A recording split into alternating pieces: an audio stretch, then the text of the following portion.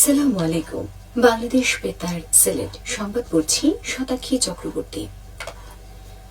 প্রধান উপদেষ্টার বিশেষ সহকারী এবং ত্রয়োদশ জাতীয় সংসদ নির্বাচন ও গণভোট সংক্রান্ত জনসচেতনতামূলক প্রচার কার্যক্রমের মুখ্য সমন্বয়ক অধ্যাপক আলী রিয়াজ বলেছেন, শক্তিশালী প্রতিষ্ঠান গড়ে তোলা ছাড়া ব্যক্তির একক ক্ষমতা নিয়ন্ত্রণ করা সম্ভব নয়।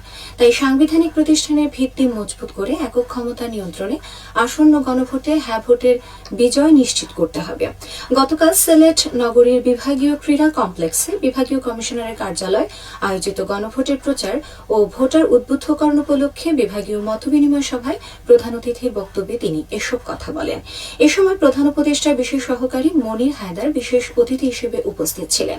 প্রধান অতিথির বক্তব্যে অধ্যাপক আলী রিয়াজ বলেন, একজন ব্যক্তি সমস্ত ক্ষমতা কুক্ষিগত করার জন্য সংবিধানকে নিজের ইচ্ছামতো বারবার সংশোধন করেছিল। অবৈধ ক্ষমতায় যাওয়ার সিঁড়ি হিসেবে সংবিধানকে ব্যবহার ও নির্বাচনের মাধ্যমে ক্ষমতা টিকিয়ে রাখতে জনগণের ভোটাধিকার হরণ করা হয়েছিল। এই ফ্যাসিবাদী ব্যবস্থাকে চিরতরে বিলুপ্ত করতে সাংবিধানিক প্রতিষ্ঠানগুলোকে শক্তিশালী করার কোনো বিকল্প নেই। জুলাই জাতীয় সনদ বাস্তবায়ন হলে মুক্তিযুদ্ধ মুছে দেওয়া হবে এবং সংবিধান থেকে বিসমিল্লাহ তুলে দেওয়া হবে এমন গুজব ছড়িয়ে গণভোট নিয়ে বিভ্রান্তি সৃষ্টি করা হচ্ছে। উল্লেখ করে তিনি বলেন, জুলাই গণ অভ্যুত্থান সংঘটিত হয়েছিল বৈষম্যহীন বাংলাদেশ করার লক্ষ্যে। যে লক্ষ্য নিয়ে 1971 সালের মহান মুক্তিযুদ্ধ সংঘটিত হয়েছিল, সে লক্ষ্য 54 বছরে পুরোপুরি বাস্তবায়িত না হওয়ায় 24-এর গণ অভ্যুত্থান ঘটে। তাই জুলাই সনদ মূলত 71-এর চেতনাকে সমুন্নত রাখার সনদ। খাদ্য ভূমি মন্ত্রণালয়ের উপদেষ্টা আলী ইমাম মজুমদার বলেছেন, সাংবাদিকতার মতো মহান পেশার মর্যাদা রক্ষায় সিলেট প্রেস ক্লাবকে সজাগ থাকতে হবে। সামাজিক মাধ্যমে মন গড়া দায়িত্বহীন ও মন গড়ার সংবাদ প্রকাশ হয়, যার কোনো ভিত্তি থাকে না। তাই সঠিক সাংবাদিকতা চর্চা বাড়াতে সিলেট প্রেস ক্লাবের নতুন কমিটিকে কাজ করতে হবে। তিনি গতকাল সিলেট প্রেস ক্লাবের 2026-27 সেশনের নবনির্বাচিত কমিটির অভিষেক অনুষ্ঠানে প্রধান অতিথির বক্তব্যে এসব কথা বলেন। সিলেট প্রেস ক্লাবের সভাপতি মুক্তাবের সুন্নুরের সভাপতিত্বে আলোচনায় অংশ নেন প্রবীণ সাংবাদিক ও বিশিষ্ট ব্যক্তিবর্গ। অভিষেক অনুষ্ঠানে সিলেট প্রেস ক্লাবের পাঠাগার ও প্রকাশনা সম্পাদক মোহাম্মদ মুহিবুর রহমানের সম্পাদনায় অভিষেক স্মারক 2026 প্রকাশিত হয়। পরে খাদ্য ভূমি মন্ত্রণালয়ের উপদেষ্টা আলী ইমাম মজুমদার সিলেট প্রেস ক্লাবের মকবুল হোসেন চৌধুরী পাঠাগার পরিদর্শন করেন। অনুষ্ঠানে সিলেট প্রেস ক্লাবের সদস্যগণ উপস্থিত ছিলেন। গণ অভ্যুত্থানের আকাঙ্ক্ষা রাষ্ট্র সংস্কার নির্বাচন ইশতেহার বিষয়ে সিলেট জেলা সুশাসনের জন্য নাগরিক সুজনের উদ্যোগে বিভাগীয় সংলাপ অনুষ্ঠিত হয়েছে। আজ সকালে সিলেটের একটি হোটেলে আয়োজিত এই সংলাপে সভাপতিত্ব করেন সিলেট জেলা সুজনের সভাপতি শিরিন আক্তার। সংলাপে প্রধান অতিথির বক্তব্য রাখেন সুজনের সম্পাদক ও প্রধান নির্বাহী ডক্টর বদিউল আলম মজুমদার। এ সময় তিনি বলেন, একটি সুষ্ঠু নিরপেক্ষ গ্রহণযোগ্য নির্বাচনে গণতান্ত্রিক উত্তরণের পূর্বশর্ত হলেও তা এককভাবে যথেষ্ট নয়। গণতন্ত্রকে টেকসই ও প্রাতিষ্ঠানিক রূপ দিতে হলে গভীর আইনি, প্রাতিষ্ঠানিক ও কাঠামোগত সংস্কার অপরিহার্য। সংলাপে সিলেট, সুনামগঞ্জ, হবিগঞ্জ, মৌলভীবাজার ও ব্রাহ্মণবাড়িয়া জেলায় সুজনের নেতৃবৃন্দ বক্তব্য রাখেন।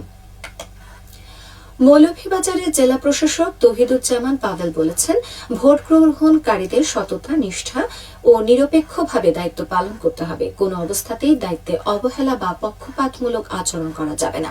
তিনি আজ সকালে সদর উপজেলার মাল্টিপারপাস হলরুমে আসন্ন ত্রয়োদশ জাতীয় সংসদ নির্বাচন ও গণভোটে ভোট গ্রহণকারী কর্মকর্তাদের দুদিনব্যাপী প্রশিক্ষণ উদ্বোধনকালে এসব কথা বলেন। কর্মশালায় মৌলভীবাজার 3 আসনে সদর উপজেলার 109টি ভোট কেন্দ্র ও 561টি ভোট কেন্দ্রের দায়িত্বে নিয়োজিত 1850 জন প্রেসাইডিং, সহকারী প্রেসাইডিং, পুলিং কর্মকর্তা অংশ নিচ্ছেন। জেলা প্রশাসন ও জেলা রিটার্নিং কর্মকর্তার কার্যালয় এর আয়োজন করে। সিলেট অঞ্চলের ঐতিহ্যবাহী চোঙ্গাপুরা পিঠা বিলুপ্ত হয়ে যাচ্ছে। শীতকালে বাড়িতে বাড়িতে খড়কুটো জ্বালিয়ে চোঙ্গাপুরার দৃশ্য আগের মতো এখন আর চোখে পড়ে না। একটা সময় ছিল বাজার কিংবা হাওর নদী থেকে বড় বড় মাছ নিয়ে এসে হালকা মশলা দিয়ে ভেজে চোঙ্গাপুরা পিঠা খাওয়া ছিল মৌলভীবাজার ও সিলেটের একটি অন্যতম ঐতিহ্য। বাড়িতে অতিথি বা নতুন জামাইকে শেষ পাতে চোঙ্গাপুরা পিঠা, মাছ বিরান, চিতল পিঠা, নারিকেলের পিঠা দেওয়ার একটা রেওয়াজ ছিল। বর্তমানে চোঙ্গাপুরা পিঠা তৈরির প্রধান উপকরণ ঢোলু বাঁশ সরবরাহ অনেক কমে গেছে। মৌলভীবাজারের বড়লেখা, পাথুরিয়া, বাহার, জুড়ির লাঠি টিলা, রাজনগর সহ বিভিন্ন উপজেলার টিলায় টিলায় ও চা বাগানে, কুলাউড়ার গাজীপুরের পাহাড় ও জুড়ি উপজেলায় চুঙ্গাবাড়িতে প্রচুর ঢলুবাঁশ পাওয়া যেত, কিন্তু কালের প্রবাহে তা বিলুপ্তির পথে। বাজারে ঢলুবাঁশের দামও এখন চড়া। ঢলুবাঁশ ছাড়া চুঙ্গা পিঠা তৈরি করা যায় না, কারণ ঢলুবাঁশে এক ধরনের তৈলাক্ত রাসায়নিক পদার্থ আছে যা আগুনে বাঁশের চুঙ্গাকে না পোড়াতে সাহায্য করে। ঢলুবাঁশে অত্যাধিক রস থাকায় আগুনে পুড়ে ভেতরের পিঠা আগুনের তাপে সিদ্ধ হয়। ঢলুবাঁশের চুঙ্গা দিয়ে তৈরি পিঠার স্বাদই অন্যরকম। কোনো কোনো স্থানে চুঙ্গার ভেতরে বিন্নি চাল, দুধ, চিনি, নারিকেল ও চালের গুঁড়া দিয়ে পিঠা তৈরি করা হয়। পিঠা তৈরি হয়ে গেলে মোমবাতির মতো চুঙ্গা থেকে পিঠা আলাদা হয়ে যায়। খেলার খবর, ক্রিকেট।